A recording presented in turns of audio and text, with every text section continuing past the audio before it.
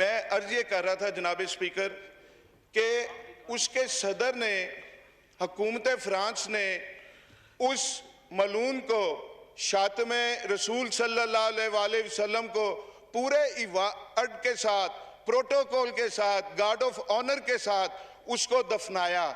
اس کو فرانس کا اعلیٰ ترین سول ایوارڈ دیا گیا اور پورا ہفتہ بلکہ اب تک سرکاری بلڈنگز پر وہ خاکے وہ لٹک سرکاری طور پر گستاخی کی جا رہی ہے. ناموس رسالت صلی اللہ علیہ وآلہ وسلم پہ حملے ہو رہے ہیں. میری آپ سے یہ گزارش ہے, میں حل کی طرف آتا ہوں.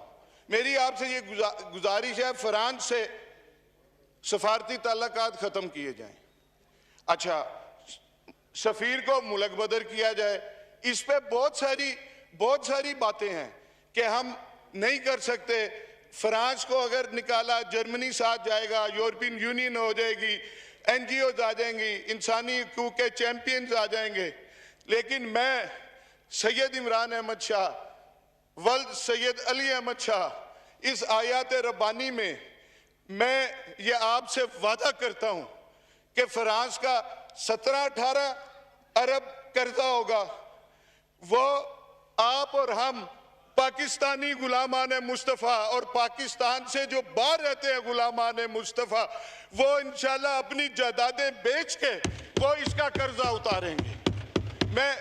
مجھے اس کے بعد پورے ٹینیور میں ٹائم نہ دیجیے گا, پورے ٹینیور میں مجھے ٹائم نہ دیجیے گا. آج میں ایمان سے میں نے آپ سے عرض کی کہ ایک غلام آقا جی جس غلامی پہ مجھے ناز ہے, ایک غلام آقا جی کے غلاموں سے مخاطب ہے.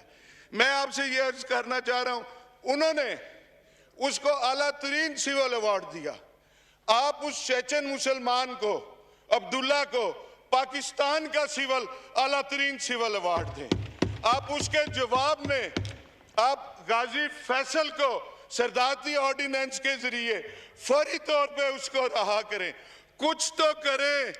کتنے مہینے ہو گئے آپ نے ایک دن میں ایک سیاسی پارٹی کو آپ نے بین کر دیا, لیکن اس پہ آپ کچھ نہیں کر سکے.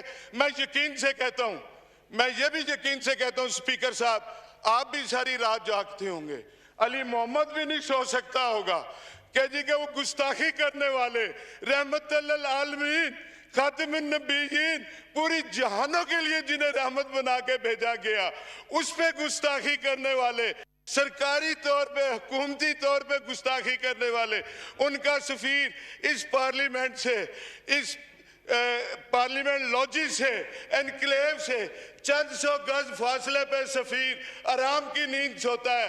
تو جناب اسپیکر آپ بھی آرام کی نیند نہیں سوتے ہوں گے. آپ بھی ساری رات, علی محمد بھی سوچتا ہوگا کہ اس کا کچھ نہ کچھ تو حل کرے, کچھ نہ کچھ تو حل کرے اس کا. لیکن اگر میں کہتا ہوں, میں ان تمام لوگوں سے کہتا ہوں ٹو سے ٹاپ تک جو تحفظ ناموس رسالت کے لیے کچھ کر سکتے ہیں اور کر نہیں رہے, ان کے لیے ایک میں شعر پڑھوں گا, اور وہ آپ کے لیے نہیں ہے, آپ آج کے رسول ہیں, باقی ہم سب کے لیے ہے کہ کرسی ہے تمہارا یہ جنازہ تو نہیں ہے, کرسی ہے تمہارا یہ جنازہ تو نہیں ہے, کچھ کر نہیں سکتے تو اتر کیوں نہیں جاتے. ہم تحفظ ناموس رسالت کے لیے اگر کچھ نہیں کر سکتے تو ہمیں اپنے عہدوں پہ رہنے کا ہمیں کوئی حق نہیں. تھینک یو جی, تھینک یو. میں ایک